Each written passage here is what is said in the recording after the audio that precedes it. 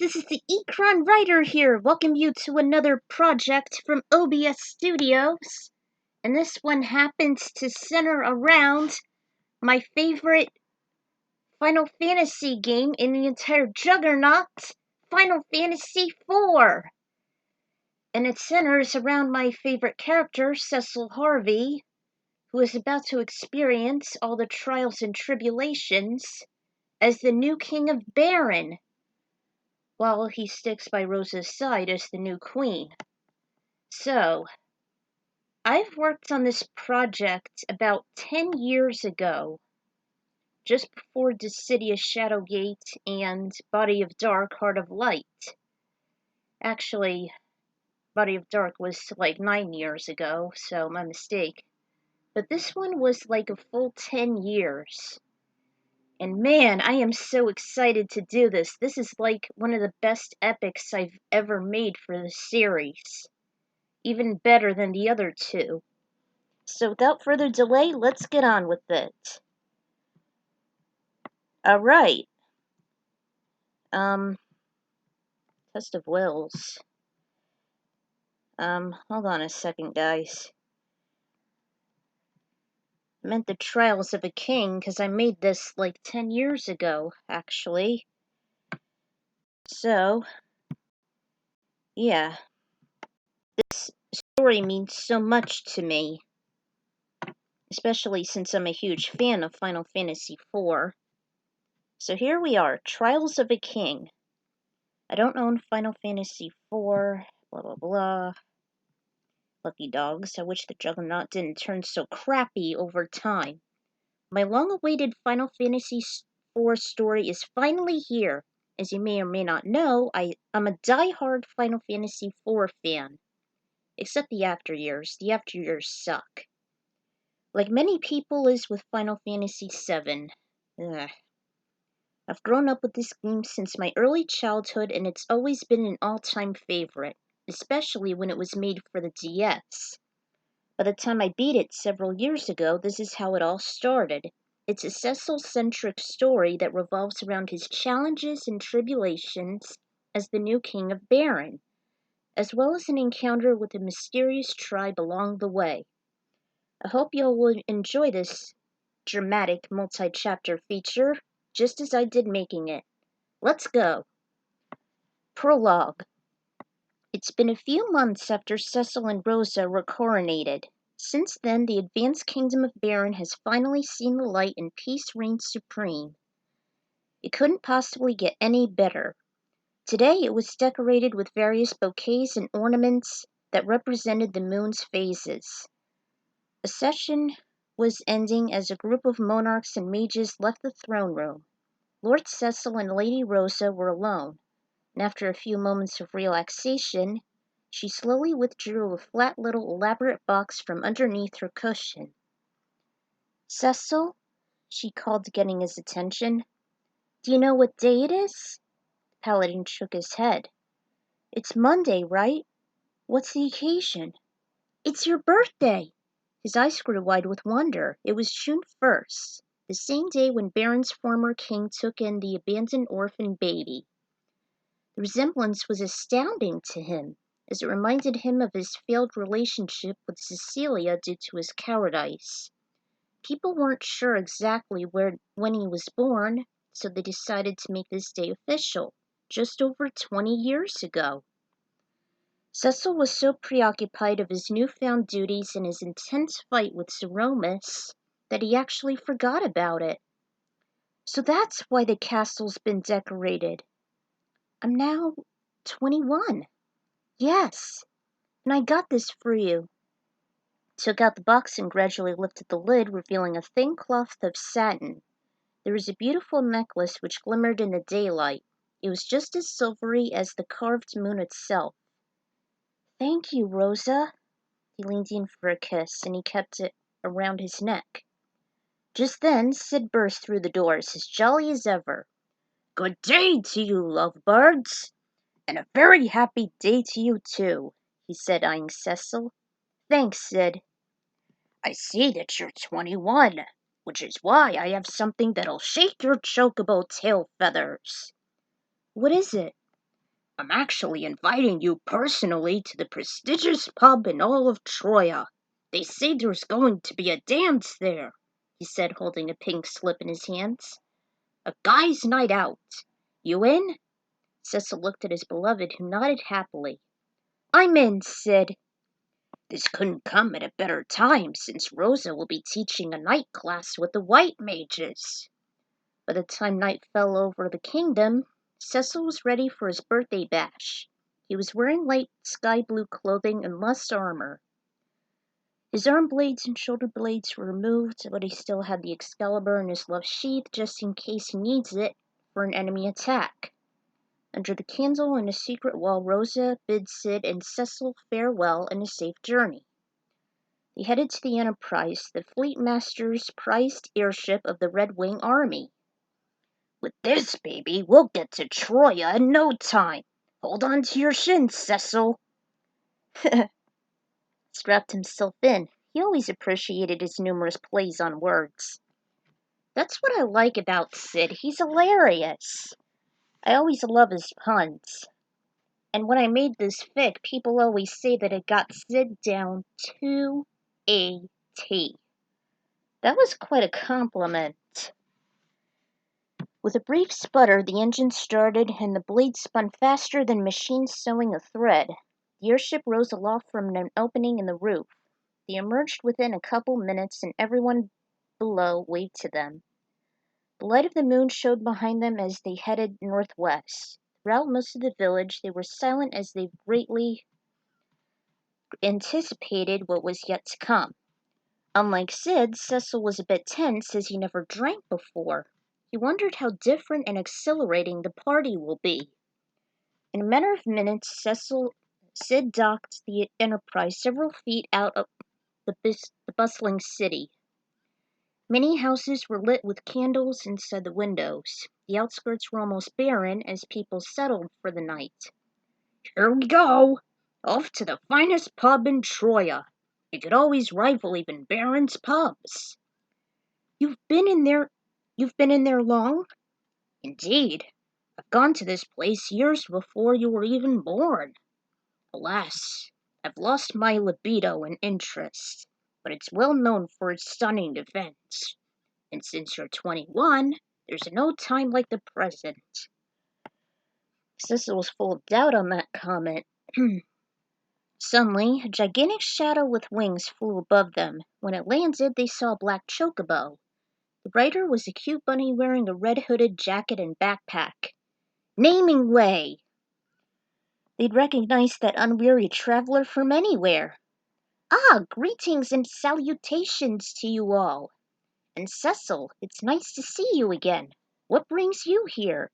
The king explained in his 21st birthday, and Sid personally invited him to Troya. So I see. Well, you two lucky imps aren't too late. I'm also invited to see the Dancing Daggers performance. Cecil asked, who is she?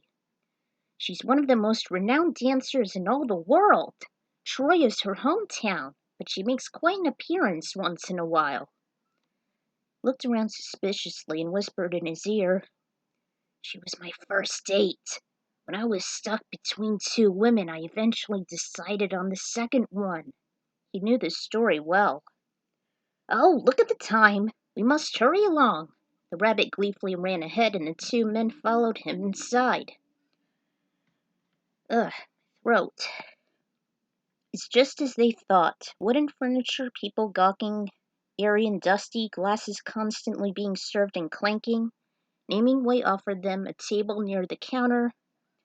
Blonde women served them. Cecil was shy in what he wanted to drink, but Naming Way suggested their famous wine. It's made out of the ripest fruits, though it's in a small glass. It's very potent. It was no trouble for Sid, and in less than a few minutes their drinks were served. The engineer gulped down a large pitcher of bourbon without stopping or breaking a sweat. Wow, I didn't know you could drink alcohol that fast. Years of practice, boys, Sid said as he wiped his lips with his arm. So, why do they call her the Dancing Dagger? Dang error. Oh, she'll captivate your soul in a way you can't imagine. She's as sharp and shimmering as a blade that just pierces your heart, Hemingway said as he clutched his chest. No one can outmaneuver her. She's legendary. Just like that, the bar became silent and the lighting dimmed. The show was about to start. First, there was a heavy incense as pink fog covered the floor behind the counter. Then a massive black drum with colorful feathers was beaten, slowly, giving it a deep, steady rhythm. Next, a thin, sleek woman emerged. She was thin, had short pink hair, headband with a blood-red rose embedded on it, and a bright crimson bird painted on her chest. Whew. Her clothes were almost see-through. She was wearing hot pink underpants and bra with violet velvet straps. Candles lit up her body as she curled and bent smoothly like a snake. She brought her hands over her head as she slowly lowered her hips to the ground. After the first sip, Cecil gazed upon the exotic sight. It was very irresistible. Never felt anything like this as he began to feel strange. He wasn't sure if it was the wine rushing through his head, yet still he was mesmerized. He became warm. His heart was hammering in a beat similar to the drums as it got louder. The dancing dagger looked at him. It seems she's got the hots for you, Cecil. The paladin didn't say a word. His breath was caught in his throat. Then he had a sensation between his thighs. I cannot look away. The dance was becoming more intense and his eyes were growing heavy. Then he felt lightheaded. He held his forehead and his body broke into chills. He rose from his seat and staggered as he walked out the door. Whatever came over him, he had to relieve it somehow. Fresh air might clear his mind, but it didn't. Who would have thought a small wine glass would cause such a big mess? Who would have thought a small wine glass would cause such a big mess? He tripped and fell to the ground and saw the moon sparkling ahead of him. He used his strength to crawl to the nearby lake and he hoped the cool water would stop the dizziness. He hung his head over the bank as he reached down. He splashed it on himself, but nothing happened as he got more blurry. He managed his face to touch the surface, but his weight was too much, causing him to fall over. Submerged, he heard an echo, a menacing laugh belonging to some kind of evil monster. There was a gigantic blue beast with strong limbs, huge body shaped like a turtle's. And basically, it's the archfiend Kinazo, or as they would like to call it, Cognazo. But you can't be real. I've slewed you twice. Have you forgotten? I thrive in the bodies of water and darkness. I shall never leave this world as long as evil exists. Your fellow king suffered in a sealed submerged tomb. Now his fate will be yours! Cecil charged with his blade, slicing the image with all his fury. Only the onslaught caused it to ripple, not disappear. He continued taunting at him and how he's weak, how he calls himself a king.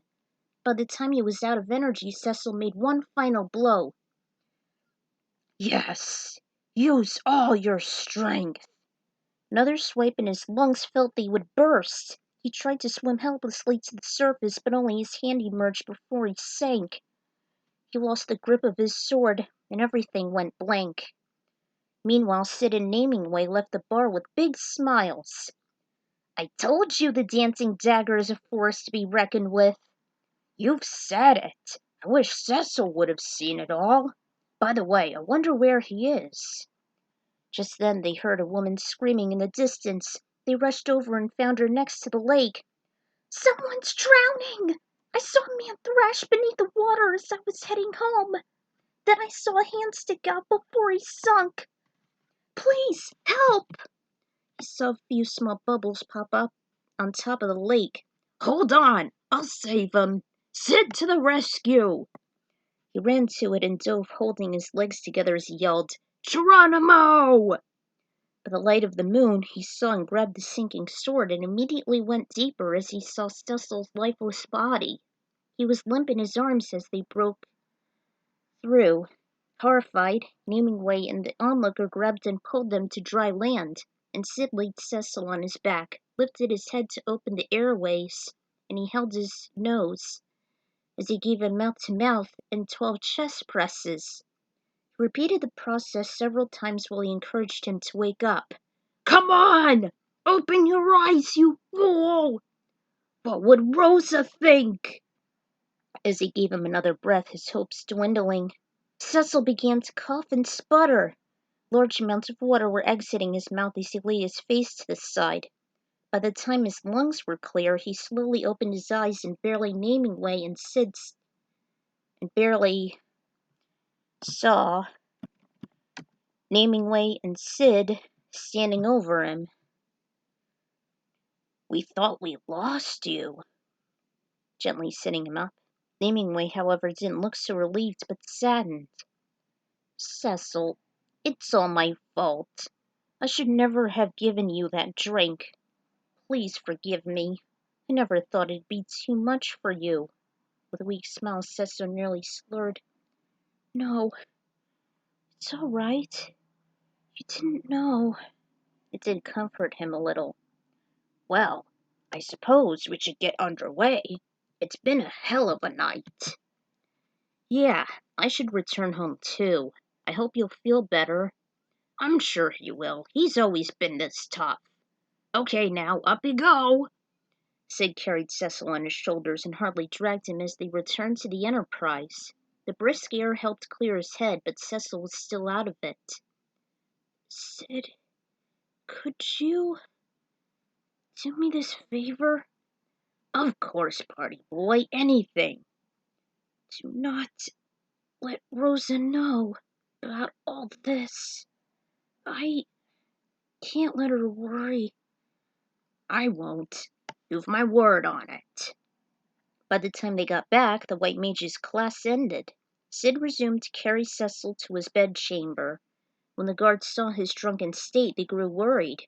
He assured them that he had too much to drink and he just partied too hard. He'll be fine and dandy by morning.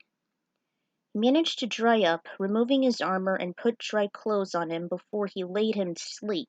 By the time he was done, he met up with Rosa outside the tower. How is he? How is Cecil, Sid?"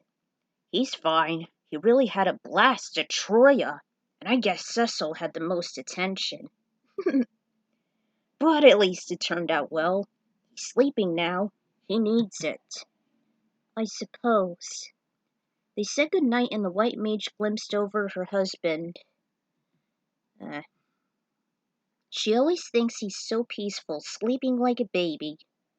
I thought so too.